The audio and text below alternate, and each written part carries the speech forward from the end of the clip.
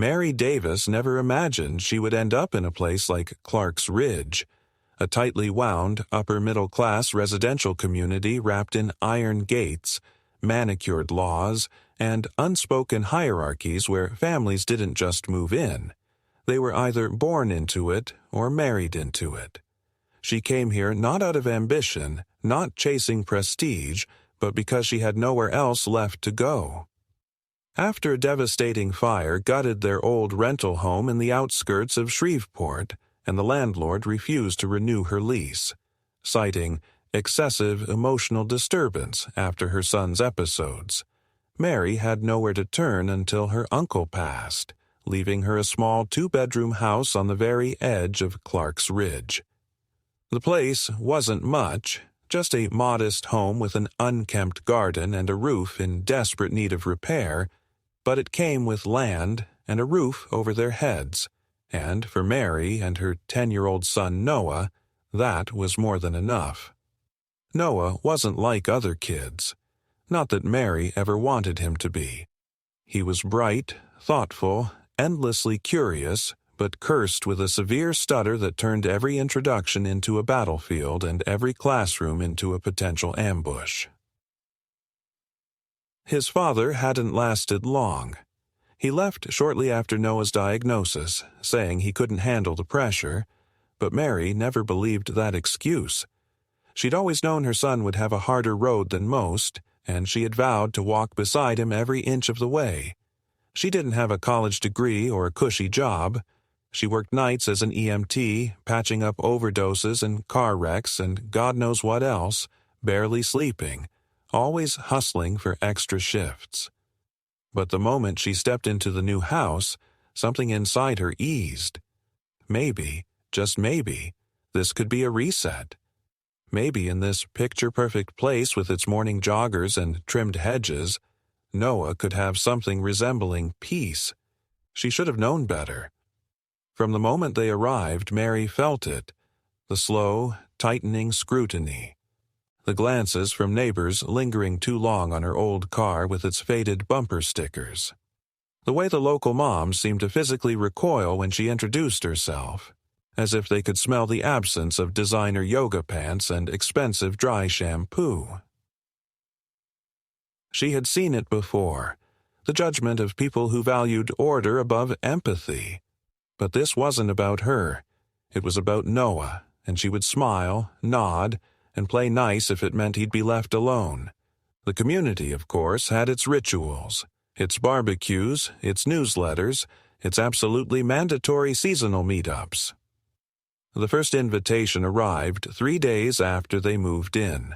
A glossy postcard slipped into her mailbox with embossed lettering. Welcome, gathering, and summer barbecue.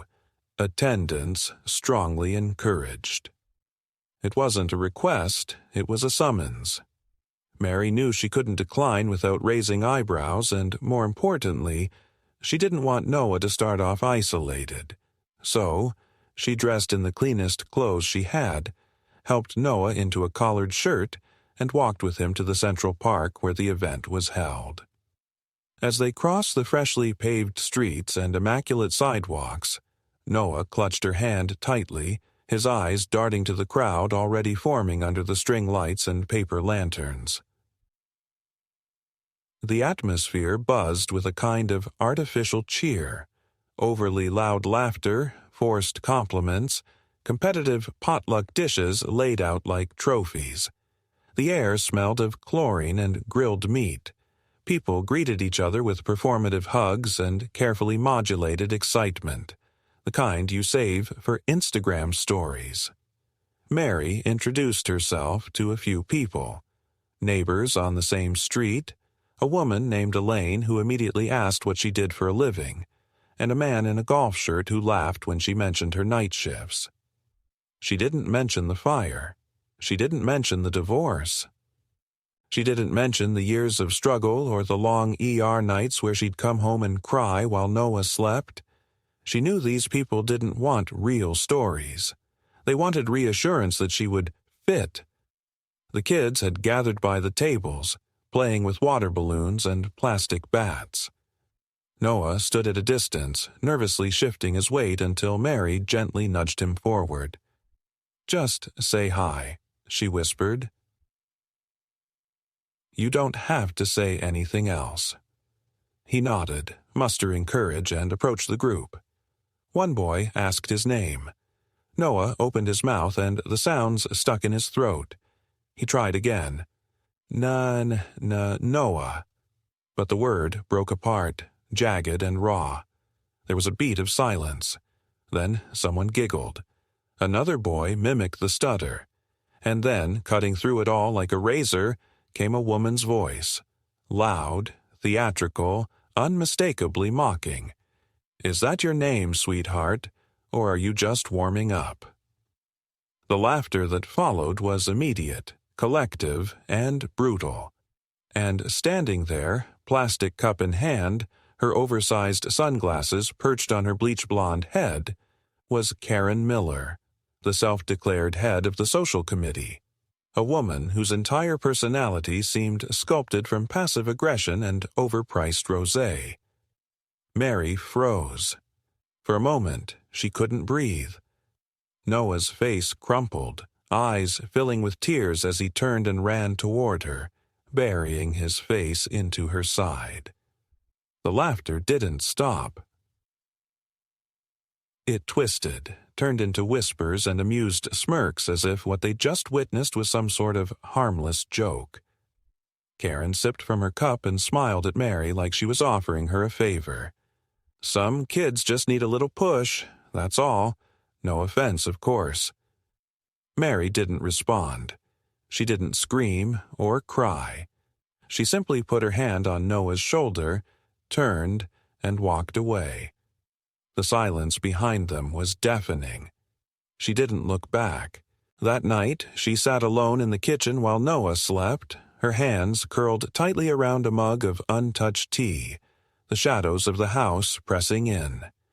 She thought about what had happened, about the way those people had looked at her child, not with pity, not even with confusion, but with ridicule. She thought about the way Karen had smiled after humiliating him, the confidence, the entitlement, the absolute certainty that there would be no consequence. And that was when something inside Mary clicked. Not the kind of snap you hear in movies, but a colder, quieter realization. There would be consequences. Not today, not tomorrow. But this place would learn what it meant to cut open someone who had nothing left to lose. In the days that followed the barbecue, Mary began to notice the invisible machinery of the neighborhood moving against her. It didn't start with grand gestures or overt attacks, but with the small, calculated impositions that people like Karen perfected over years of petty warfare. On Monday morning, there was a typed note tucked under the front door, a polite but firm reminder about yard compliance, citing their untrimmed hedge and non-standard mailbox color. On Tuesday, a different note arrived, this one about trash receptacle visibility, warning that their bin had been left in public view for more than 8 hours post-collection, a violation that carried a $25 fine if not addressed. By Wednesday, Mary received a formal warning stating that her car was visibly rusted and detracted from the aesthetic unity of the block. Each message came unsigned but bore the same formatting, the same carefully chosen passive-aggressive language, and the same sickening undertone. You don't belong here. It wasn't just paper, either.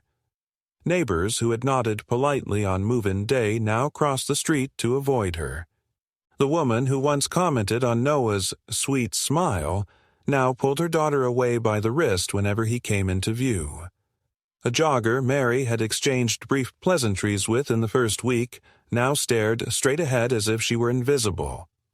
Noah, already reluctant to go outside, stopped asking altogether. He spent more time in his room, his drawings growing darker, more abstract, figures with slashed mouths, animals with blank eyes. He stopped speaking around her, not out of fear, but out of the old familiar weight of shame, like his voice was something broken that only caused pain. Mary could feel it happening again, that slow erosion of her son's confidence, the creeping internal rot that came not from what he was, but from how others treated him for it. She tried to reassure him, told him it wasn't his fault, but he only nodded and went back to his sketchbook. It was worse than anger. It was withdrawal. One morning, while leaving for her shift, Mary found something dead on the edge of her porch. It wasn't a bird or a rabbit, too large for that. It was a dog, a medium-sized mutt, fur matted with blood, a plastic collar still clinging to its stiffened neck. There were no visible wounds, but its tongue hung loose and blue, and its eyes had clouded into a gray fog of death. Her breath caught in her chest. She checked the collar. It wasn't tagged, just a rubber charm shaped like a bone. She recognized it. It belonged to the man 2 houses down, a quiet older gentleman who had introduced himself once, smiling warmly while walking his dog. Mary carried the animal to the edge of the property, wrapped it in a towel, and left a note on his door. Later that day, she saw the man sobbing in his driveway while holding the towel in his lap, shaking as he whispered the dog's name. The next morning, Mary's mailbox was bent backwards as if someone had kicked it. A white envelope rested inside, sealed with tape. Inside was a Polaroid of the dead dog, taken before she moved it. On the back, written in sharp black marker, were the words, "Watch yours." The message was clear. It wasn't about the dog. It was a warning. The neighborhood had spoken. There would be no forgiveness for the sin of standing up, for the sin of leaving in the middle of the barbecue, for the sin of not laughing along. Mary didn't go to the police. She knew better. The sheriff's office was 50 minutes away, underfunded and staffed by men who likely golfed with Karen's husband. No one in Clark's Ridge called the police over notes or dead pets. It was an internal ecosystem of power, and she wasn't inside it. Instead, Mary did what she had always done. She adapted. She didn't react. She replaced the mailbox herself, quietly, with a newer model that matched the neighborhood standards down to the exact shade of black enamel. She kept the Polaroid. She bought new cameras, ones with off-site cloud backups, and installed them at night when no one was watching. She started logging every note, every anonymous warning, every vehicle that slowed down near her driveway. She spoke to Noah's school counselor, requesting additional social support for him in a way that sounded bureaucratic and clinical, not emotional. She knew how to navigate systems. That was what being a paramedic taught you.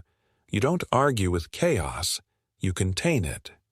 Still, the pressure didn't stop. One evening, she returned home to find her garden hose unwound and wrapped around the tree like a noose. Another night, her front door was lightly scratched, deliberate enough to be noticed, vague enough to be denied.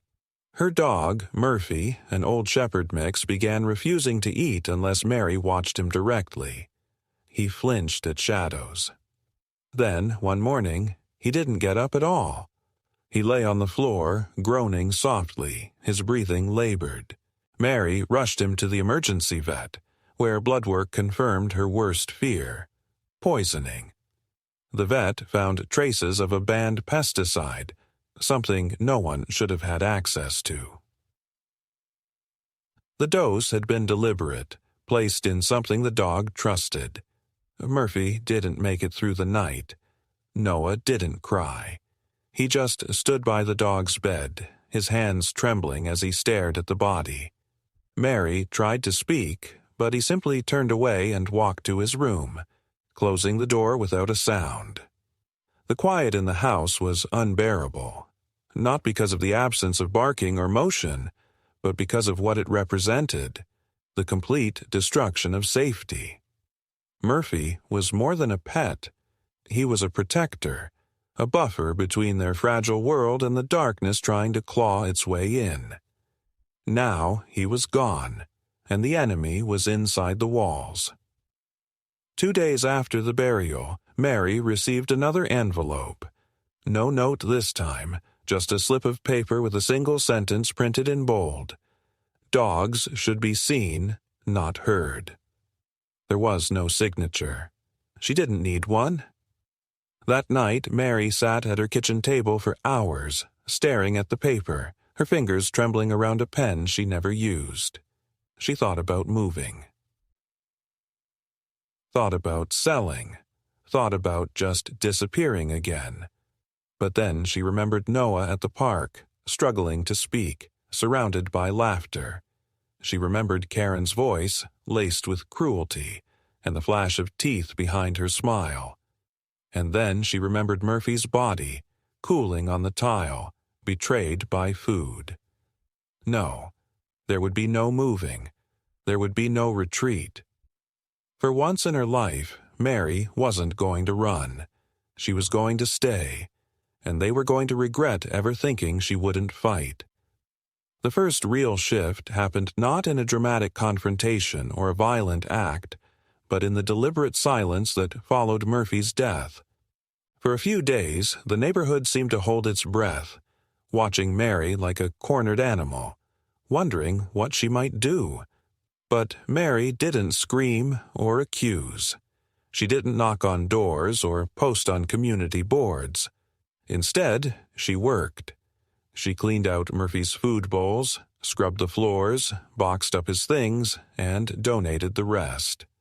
She paid extra to have the lawn professionally trimmed and hired a local landscaping crew to standardize her front yard, mimicking the exact symmetry and color palette of the surrounding properties. The effect was unsettling. Her home now looked like theirs. Perfect, pristine, unthreatening, but the air around it felt heavier, like the surface of calm water hiding the churn of something vast and waiting beneath. The change unsettled people. They expected either retreat or retaliation, but Mary gave them neither. She blended in, invisibly and unnaturally, and that made them nervous. Meanwhile, she began compiling a new kind of record. Not just notes and images, but patterns, times, voices, habits. She kept a private journal with timestamps, reactions, and even minor observations like when the lights in Karen's kitchen turned on, or how long the delivery trucks lingered outside certain homes. She created folders on her encrypted hard drive, separated by names: Karen, Elaine, Brent, Council. She didn't know exactly what she was building, but instinct told her that the power in Clark's Ridge wasn't in confrontation. It was in architecture, the social kind, influence, pressure, exposure. These people didn't fear violence. They feared shame.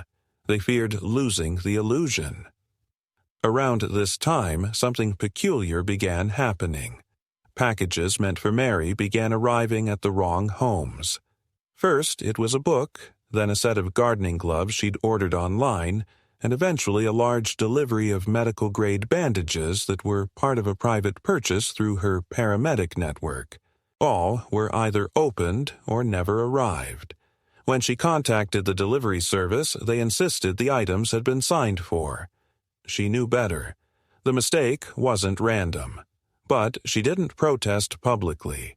She logged every incident, photographed the neighbors' doorsteps when she found her parcels discarded near their hedges, and even managed to retrieve a half-opened box from a compost bin.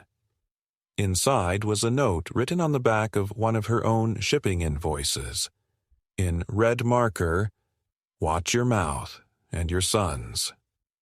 What disturbed her most wasn't the violation.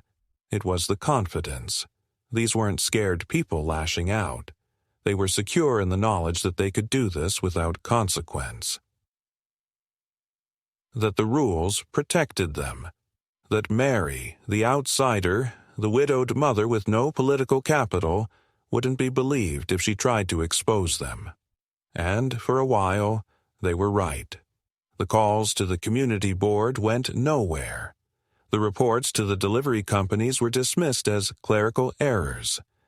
Even when she spoke privately with a sympathetic neighbor, the kind who lowered their voice before asking if she was okay, the moment always ended with the same phrase, "But what can we really do?" That sentence haunted her more than threats ever could. It was the motto of complicity. Then came the party. Karen announced it via the usual glossy invitation slips: neighborhood social, summer grilling, and community potluck. The same event, the same format, the same forced smiles and clinking glasses. Mary received her invitation in a sealed envelope left on her doorstep, folded under a dead leaf. There was an extra line scribbled in pen at the bottom: "We hope Noah will speak this time." That night, Mary didn't sleep. She walked her house barefoot, silent, pausing at windows and doors, looking out into the yard as if something might rise from the shadows. She didn't cry. She didn't rage. Instead, she made a list. The day of the event arrived, bright and humid. Mary wore a blue sundress and flat sandals, her hair pulled back into a practical bun. Noah, dressed in a polo and jeans, walked beside her silently, his eyes scanning the grass as they approached the park again. This time, the crowd parted for them, not rudely, but with a kind of wary curiosity. Karen, already tipsy from the wine punch, greeted them with exaggerated warmth, kissing the air beside Mary's cheek and loudly proclaiming how glad she was that everyone could move forward. Mary nodded, said thank you, and guided Noah toward the tables. The food was already laid out: grilled chicken, burgers, pasta salads, dips. Mary had brought something new: a large tray covered in foil, labeled simply Korean BBQ Traditional. No one questioned it. As the afternoon stretched on, the party slipped into its rhythm. Children ran through sprinklers, adults clustered in familiar circles, laughter spilling over like artificially carbonated soda. And then, as the sun began to dip and the food was nearly gone, Karen decided to be theatrical. She tapped a glass with a fork, calling for attention. "Let's give a big hand to our new neighbors," she said, grinning with that wide, toothy smile that always masked something feral. "Mary, Noah, come say something." The crowd clapped, some out of politeness, some out of curiosity, some with quiet malice. Noah froze. Mary placed her hand on his back and stepped forward. "Noah doesn't need to say anything," she said calmly, her voice cutting through the noise like a scalpel. "You've heard enough from him." Karen laughed awkwardly, waving it off. "Oh, come on. It was just a little fun." But Mary wasn't smiling. "He doesn't need to speak," she repeated, her eyes locked on Karen's. "But I do." There was a brief silence. Then Mary turned to the crowd and said, "I just want to thank everyone for the warm welcome. You've all been so consistent." A few uneasy chuckles. She continued, "I brought something special for today, an old recipe: meat marinated in sesame, soy, chili, vinegar, the kind of meat you have to earn." Karen's smile faltered. Someone in the back muttered, "It was good." Another voice agreed. Mary nodded, then added, "Funny how you never notice what you're chewing when you're busy talking." She didn't say anything else. She didn't need to. The mood shifted, not explosively, but with a slow, acidic dread. Faces paled. Conversations died mid-sentence. People began putting their plates down. Mary could feel the weight of every gaze, every internal calculation, every suppressed horror. But there was no evidence. No way to prove anything. Just a question they didn't want to answer. She stood in the middle of their manufactured paradise and let the silence envelop her. Then she took Noah's hand, turned, and walked away. That night, the neighborhood board held an emergency meeting. No one spoke on record, but rumors spread like fire. Whispers of missing pets, of stolen packages, of something Mary might have done. People argued. Some blamed Karen for provoking her. Others insisted she was unstable, dangerous. One woman claimed her daughter had seen Mary digging something up late at night, though she admitted it could have been the neighbor's dog. The truth didn't matter. What mattered was fear. The seed was planted. Mary had changed the terrain. Now every whisper was poisoned. Every laugh carried suspicion. And in the quiet heart of her home, Mary sat with her son, reading aloud while he followed along. She didn't gloat. She didn't smile. She simply turned the page. In the weeks following the second barbecue, Clark's Ridge descended into a quiet, controlled paranoia, the kind that never burst into violence but instead simmered beneath every conversation, tainting every glance, every social ritual, every neighborly nod. The rumors about Mary didn't stop. They evolved.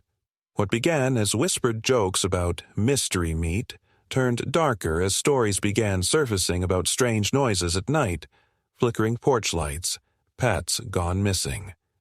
Mary never said another word about the barbecue. She went about her life as if nothing had happened, walking Noah to school, tending her now perfectly manicured lawn, and nodding politely at anyone who dared meet her gaze. But beneath the surface, the neighborhood was fracturing. People were no longer sure who was on whose side. Some started openly questioning Karen's leadership of the social committee. Others demanded more transparency in how neighborhood funds were being spent, citing mismanaged projects and unexplained expenditures that were now being scrutinized for the first time in years. Mary hadn't made a single accusation, but her silence was louder than any protest. Karen, once the undisputed queen of Clark's Ridge, was beginning to unravel. Her voice had become sharper, her smiles tighter. She held emergency meetings with a dwindling circle of loyalists, trying to reinforce her authority through email threads and passive-aggressive notes about community integrity. One day, a printed memo showed up in everyone's mailbox announcing a new Community Integrity Task Force, which many interpreted as a desperate attempt to restore control. But even her most loyal allies were hesitant. Fear had crept into their lives, too. They'd eaten the meat. They'd laughed. And now they weren't sure if what they'd participated in had been harmless or something much more sinister. Karen's real power had never been in rules. It had been in the illusion that she controlled the narrative. Now that illusion was gone. Then came the incident with the fence. One of the neighbors, Brent Holloway, a tall man in his 50s who had always kept his lawn in immaculate condition and his tone just barely cordial, woke one morning to find a section of his white picket fence collapsed, with deep gashes along the planks that looked almost clawed. There were no tracks, no debris, nothing stolen, just destruction, silent and deliberate.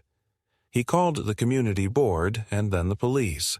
The police filed a report but offered no solutions.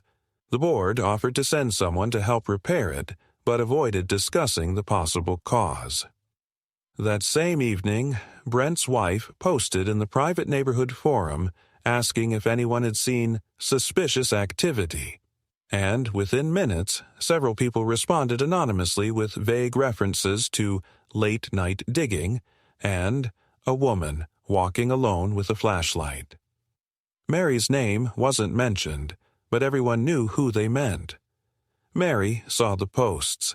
She read every word, but she didn't respond. Instead, she quietly submitted a request to the county zoning office for a copy of the original neighborhood land use documents, citing the need to verify setback compliance on adjacent properties. When the clerk asked why, she simply said it was part of a landscaping project. She received the packet a week later, over 50 pages of dense, technical jargon outlining easements, drainage rights, tree preservation orders. She read through every page, highlighting notes, cross-referencing boundary lines with satellite imagery. She wasn't just reacting anymore. She was preparing. Meanwhile, Noah was changing. He was speaking more, never in groups, never at school, but at home his words were beginning to come freely. He no longer whispered when asking questions. He no longer avoided mirrors. One night, Mary found him in the kitchen, practicing a speech in front of the refrigerator's reflective surface. "My name is Noah Davis. I'm 10 years old. I like birds. I like books." The words were slow, deliberate, but clear. He looked at her when he realized she was there, and for the first time in weeks, he smiled. That smile meant more than anything else. It wasn't just about speech. It was about dignity. She had seen the damage done to him at that first barbecue, and now something in him was rebuilding, piece by piece, word by word. Then, one evening, as the sun fell behind the treetops and the streetlights flickered on one by one, Mary received a knock at the door. It was unexpected. She opened it to find a woman she didn't recognize. Mid-30s, well-dressed, face tight with uncertainty. She introduced herself as Clara, said she lived on the opposite end of the neighborhood near the retention pond. "I don't mean to intrude," she said quickly, "but I just wanted to say, I saw what they did. I saw how they treated your boy. I didn't say anything before because I was scared. Karen has a way of making people disappear, socially. But it wasn't right, and I just wanted to say that." Mary didn't reply right away. She simply nodded once, slowly, and Clara seemed to understand that was enough. Before she left, she handed Mary a small envelope. "In case you need it," she said. Inside was a printout of an email thread from several months ago, forwarded to Clara by mistake. It detailed the planning of the first barbecue, including a note from Karen. "Let's be sure to make the new girl feel welcome. Hopefully the little stutterer won't kill the mood." Mary read that line 5 times. She didn't feel anger. She felt clarity. There it was, in black and white. Not a misunderstanding, not an accident. Intent. That changed everything. The email changed everything, not just because of the words it contained, but because of what it proved. It confirmed what Mary already suspected, but had no tangible proof of until now, that Karen's cruelty wasn't the result of ignorance or poor taste, but of deliberate, premeditated malice. It wasn't just a bad joke or a lapse in judgment. It was the strategy of someone who used social humiliation as a tool of dominance. Karen hadn't mocked Noah by accident. She had done it with purpose, knowing the crowd would follow her lead, because that's what they'd always done. And now, Mary had that truth in writing. It was enough to ruin Karen's reputation, to fracture her grip over the neighborhood permanently. But Mary didn't rush. She didn't publish the email. She didn't leak it to the group forum or forward it to the community board. She waited. She watched. She planned. She knew that timing was everything, and revenge without structure was just noise. What followed were days of cold, deliberate recalibration. Mary became more present in the neighborhood, visible, polite, engaged. She began attending the board's open meetings, sitting in the back quietly, taking notes as the members debated landscaping costs and debated whether seasonal banners should be allowed on porches. She made herself visible in exactly the way Karen wasn't used to: controlled, calm, impossible to label as aggressive or disruptive. People began noticing the difference. Karen, once known for her theatrical greetings and glassy cheer, had grown irritable and erratic, snapping at minor infractions, issuing petty fines that contradicted the community bylaws, sending private messages late at night demanding support from people who now hesitated to reply. The control she had once exercised so effortlessly was slipping through her fingers, and the more she clawed to hold on to it, the more obvious her desperation became. And then came the audit. A local couple, Martha and James Ellison, had recently been fined for installing a flagpole without proper clearance. They'd lived in Clark's Ridge for 6 years, quiet and unobtrusive, never once in conflict with the board. But after the fine and a heated confrontation with Karen over email, they decided to request a formal financial breakdown of where community dues were going. Mary watched it unfold with quiet interest, knowing what it would trigger. Under local statutes, the board had 10 business days to comply with any written financial request by a member of the community.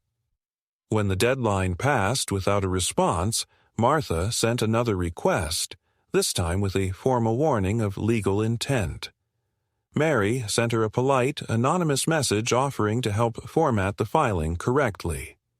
Within 3 days, half the neighborhood was buzzing about inconsistencies in how funds were being allocated.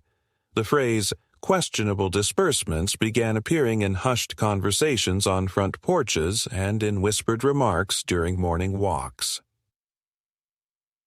Karen panicked. At the next community meeting, she arrived late and flustered, presenting a defensive slideshow that only drew more scrutiny. Several of the payments listed under public projects were vague, unaccounted for, or disproportionately large. A $5,000 expense labeled landscape enhancement had no accompanying invoices. A $2,000 security fund had allegedly been used to install motion-sensitive lights that no one could confirm existed. When a resident named Paul asked why these matters hadn't been posted in the monthly report, Karen responded sharply, accusing him of spreading rumors and undermining trust. Mary said nothing. She just watched as the people around her began to question the woman they'd followed without hesitation for years. But it wasn't just Karen's credibility that was cracking. The rest of the board was beginning to turn on her, too. Elaine, the treasurer, started distancing herself publicly, implying that she had merely signed off on what was presented to her without full transparency. Brent Holloway, the man whose fence had been destroyed, had his own grievances and began leaking old emails in private forums that revealed Karen's manipulative tendencies. One of them included a line about Mary.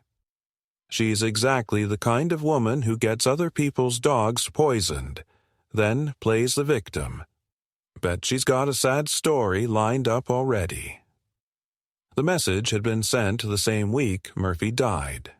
When Mary read that line, something inside her shifted. Up until that moment, she had operated under a strict discipline, calculated, measured, always giving her enemies room to hang themselves with their own actions. But that line, that specific cruelty, broke the final thread. This wasn't just a toxic woman who hated losing control. This was someone who had actively tried to destroy the life and dignity of a child who had done nothing but struggle to find his voice. Mary realized that what she was dealing with wasn't just neighborhood politics or social cruelty. It was rot, institutional, social, spiritual rot. And she wasn't going to let it spread unchecked anymore. She began working through Clara, the woman who had first come forward.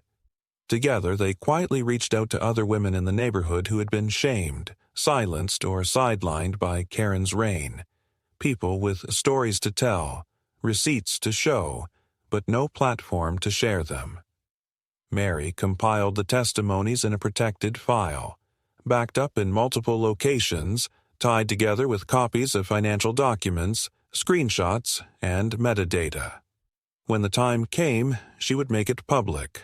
But not yet. The tipping point came unexpectedly. Karen's dog, an aging golden retriever named Daisy, disappeared. It was the middle of the night, no signs of forced entry, no broken fences or open gates. Just silence. Karen posted frantic messages on the community page, printed flyers, and even went door to door with a picture of the dog. Mary opened the door when Karen knocked, standing calmly in the frame with Noah behind her, watching. Karen's face was pale, eyes puffy from crying, but there was something else there too. Fear. Real, tangible fear, the kind that came from suddenly realizing the rules had changed. Mary looked her in the eye and asked if she wanted to come inside. Karen shook her head and walked away. The dog was never found. That event triggered something primal in the community. People who had remained neutral suddenly chose sides. One family moved out entirely, citing an unwelcoming atmosphere. Another began locking their garbage bins and covering their security cameras with plastic. Suspicion infected everything. It was no longer about Mary. It was about survival. The order had collapsed. Trust had imploded. And Mary had not laid a single finger on anyone. She had simply shown them what they were, and let them destroy each other. Noah, for his part, continued to grow stronger. He began attending a local speech therapy group on his own, walking there twice a week with a small journal where he wrote new phrases he wanted to practice. One day, he came home and handed Mary a note. It read, "I don't want to be quiet anymore." She cried when he wasn't looking.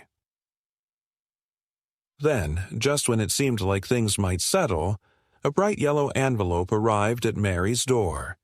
Inside was a formal notice of investigation. Karen, in a last-ditch effort to reclaim control, had filed a complaint against Mary for community destabilization, accusing her of spreading false information, harassing neighbors, and maintaining threatening environments. The complaint was weak, poorly written, and full of contradictions, but it was enough to trigger a formal review under the bylaws. Mary was given a date and told she would have to attend a hearing.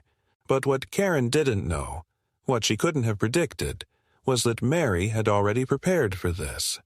She gathered every file, every receipt, every testimony, and submitted them through the correct legal channels. She hired a local lawyer, not flashy, not expensive, but competent and respected. She made her defense as quietly and efficiently as she had fought everything else. The board, already fractured and losing credibility, was forced to call an emergency vote to suspend Karen from all committee responsibilities until the investigation was resolved. The moment was almost anticlimactic. Karen didn't scream or fight. She simply stood up and walked out of the meeting, the room too stunned to move. Mary watched her leave, her expression unreadable.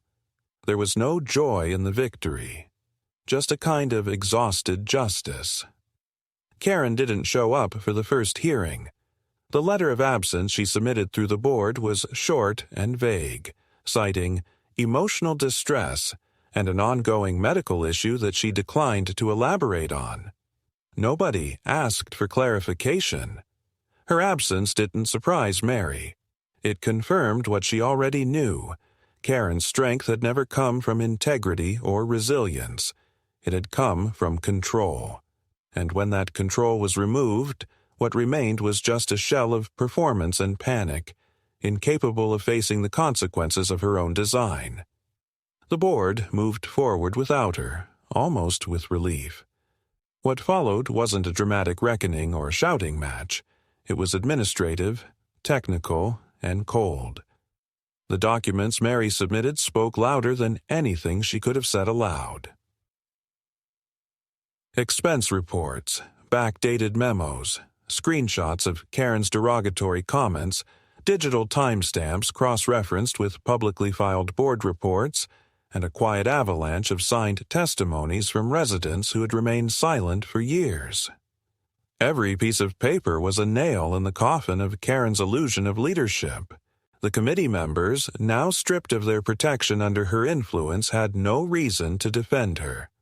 What had once been a united front was now a collection of individuals desperate to preserve their own reputations. They voted to initiate a full community audit, place all discretionary spending under third-party review, and permanently remove Karen from any position of administrative power pending the outcome of several flagged financial inconsistencies. But the real culmination wasn't bureaucratic. It came afterward, in the vacuum left behind. When power collapses, what rushes in is rarely justice. It's chaos. And Mary understood that better than anyone. In the following days, the veneer of order in Clark's Ridge disintegrated. The social hierarchy that had once dictated who could speak and who must remain silent now existed in fragments, each faction paranoid, defensive, and clinging to influence that no longer had institutional backing. Petty rivalries turned into open hostilities. Anonymous messages filled the neighborhood forum. Accusations of spying, of wiretapping, of sabotage. Someone set fire to the community bulletin board in the park late one night. The security footage was mysteriously corrupted. Kids stopped playing outside. Curtains stayed drawn. The streets became silent. Karen disappeared from public view entirely. Her house stood dark for 3 days. A delivery man left a box at her doorstep and returned 2 hours later to find it still untouched. Finally, on a humid Friday afternoon, a moving truck appeared. No announcements, no goodbyes.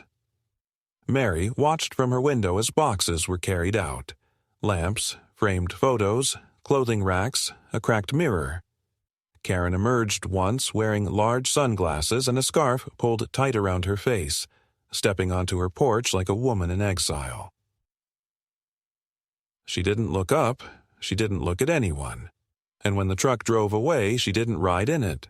She got into a plain black sedan with out-of-state plates and vanished. But the community she left behind didn't immediately heal.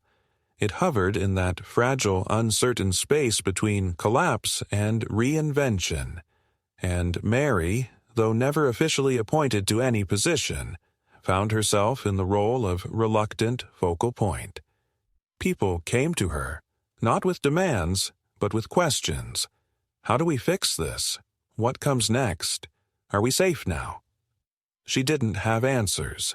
She didn't want that kind of authority, but she offered what she could: calm, logic, presence. She hosted a gathering. Small, understated, no banners or potluck contests, just coffee, lemonade, and open chairs on a lawn. It wasn't a spectacle. It was a reset. A few people showed up, then a few more. They didn't talk about Karen. They talked about their children, their jobs, the potholes on Elm Street. One woman brought banana bread. Another offered to start a book exchange. Slowly, painfully, the shape of a different kind of community began to emerge. Meanwhile, Noah thrived in a way Mary had never dared to dream of before. His voice, still marked by the rhythm of his stutter, carried more strength now. He joined a birdwatching club. He submitted a drawing to a local art competition and won second place. One afternoon, he stood in front of his class and read a short essay aloud. It took time. It wasn't easy, but he did it. And when Mary picked him up that day, He ran to her with the kind of open joy she hadn't seen since before the move. "I didn't stop," he said. "Even when they looked at me weird, I kept going." She hugged him tightly and said nothing. Her voice wouldn't have held. Then came the final letter. No return address. Just a plain envelope slipped under her door in the dead of night. Inside was a single photograph, grainy, black and white, clearly taken from a distance. It showed Mary standing in her backyard at twilight, planting something in the soil with gloved hands. Her posture was relaxed, unthreatening, normal, but the angle was intimate, invasive. She knew immediately someone had been watching. There was no note, no threat, just the image, proof that whatever game had begun in this place hadn't ended with Karen's fall. There were still people here who hadn't chosen sides, who watched and waited, unseen, perhaps angry that their queen had fallen, perhaps frightened by the power they had witnessed in a woman they once underestimated. Mary stared at the photo for a long time. Then she burned it in the sink and washed the ashes down the drain. Because the truth was, she no longer needed to prove anything. She didn't need to retaliate or defend or explain. She had done what no one in Clark's Ridge thought possible. She had outlasted them. And now, all she needed to do was keep going. Quietly, carefully, with strength disguised as calm and fire buried beneath the soil of every decision. She had learned the rules of the game and rewritten them. And even if someone was watching, they could only see the surface. They didn't know what was buried underneath. Clark's Ridge didn't recover overnight. The illusion that had once bound the community together, the manicured civility, the silent consensus of superiority, was gone, and in its place remained something far messier and more uncertain. The people who had once been so quick to laugh at a child's stutter now passed Mary in silence, not out of guilt necessarily, but because they no longer knew who they were in her presence. She wasn't a symbol of victory or justice or even vengeance. She was a reminder that they had been complicit or cowardly or simply quiet when it had mattered.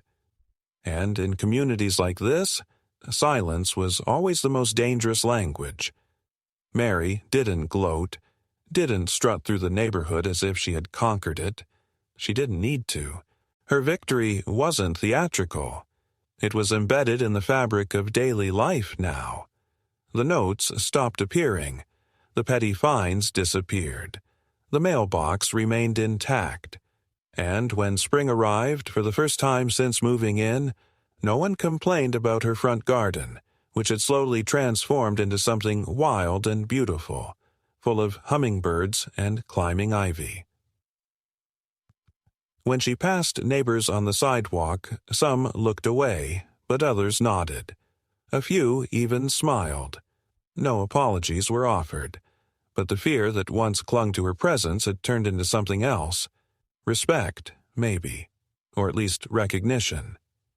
The board eventually held new elections. No one asked Mary to run. She wouldn't have accepted if they had.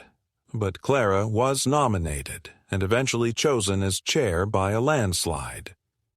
The first motion she passed was a structural change to how grievances were handled. Publicly, with a rotating committee, no anonymous reports allowed. It was a small change, but it mattered. The system that had protected people like Karen wouldn't be rebuilt. It would be replaced. At the first open meeting under the new leadership, Mary sat quietly in the back, watching. When Clara thanked her publicly for her unofficial guidance, the room applauded, lightly, awkwardly, but sincerely.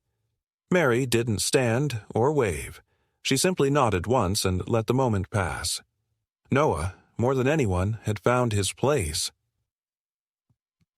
The boy, who once flinched at the sound of his own voice, now ran weekly meetings for the school's art club. He still stuttered, especially when nervous, but he no longer shrank from it. One afternoon, he asked Mary if he could invite a few friends over to paint a mural on their backyard fence. She agreed immediately. As the children worked, laughing, splashing color, arguing over birds versus stars, Mary stood at the kitchen window, watching the boy who had once hidden behind her now take up space in the world without apology. It wasn't triumph. It was healing. And healing, she knew, wasn't loud. It was patient. It was earned. The shadow of Karen never quite vanished. Some said she moved out of state. Others whispered she'd had a breakdown, that she was living with her sister under a different name, refusing to speak about Clark's Ridge. Mary never cared to verify it. The story was over. Its echoes didn't concern her anymore.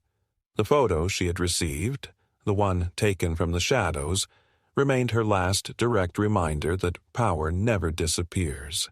It just shifts. But she no longer feared it.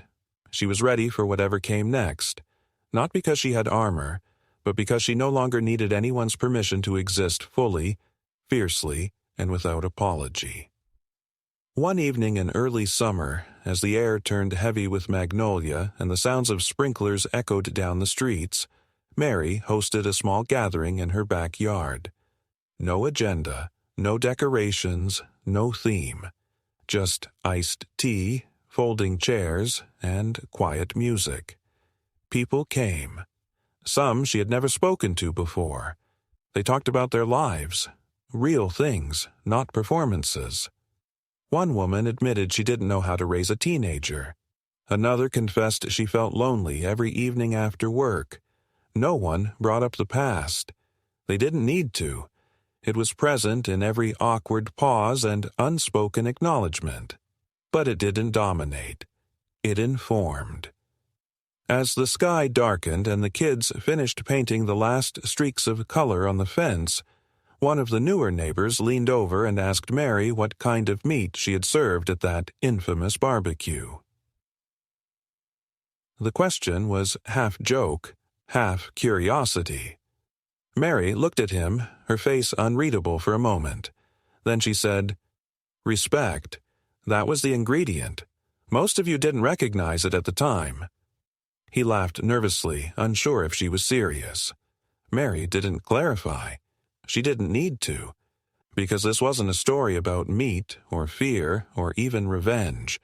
It was a story about reclaiming voice, about making sure that when the next child stood at a barbecue trembling with words too big to speak, someone would stand beside them.